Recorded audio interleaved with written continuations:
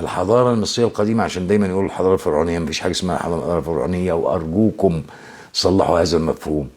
اسمها الحضاره المصريه القديمه. فرعون ده اسم شخص يعني ما يتلصقش بيه.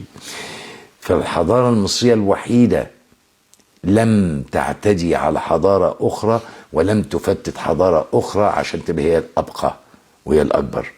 حضاره مصر القديمه فيها معاهدتين سلام لمنع الحرب، رمسيس تاني واخناتون طبعا لما رفض انه يدخل الحرب وقال انتوا عايزين تشوفوا الجماجم وانا ارى الله.